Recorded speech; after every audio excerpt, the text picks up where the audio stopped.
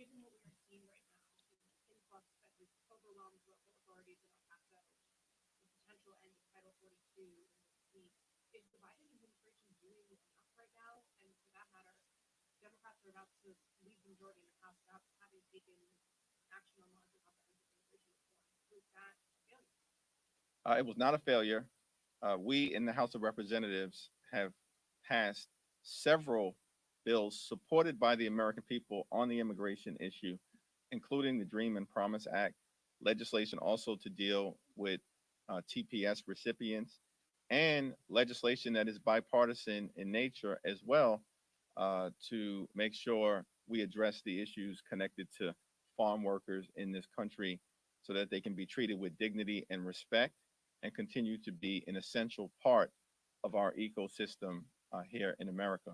The Senate has failed to take up any of those bills because of Republican opposition, and that's problematic. Let me yield to Pete.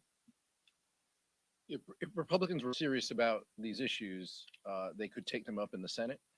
The Dream and Promise Act, the Farm Worker Modernization Bill, but more importantly, our funding bill.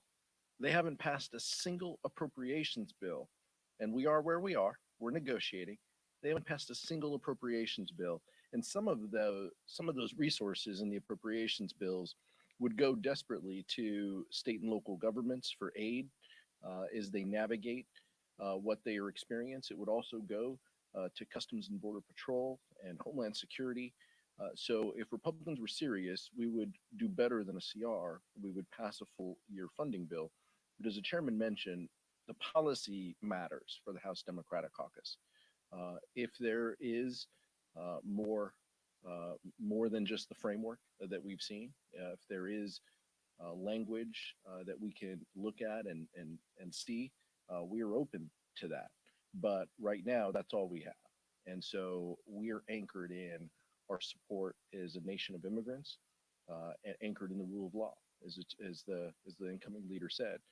That is the prism by which we view this issue, but we look forward to working with our colleagues to see if there's more that we can accomplish within this legislative year.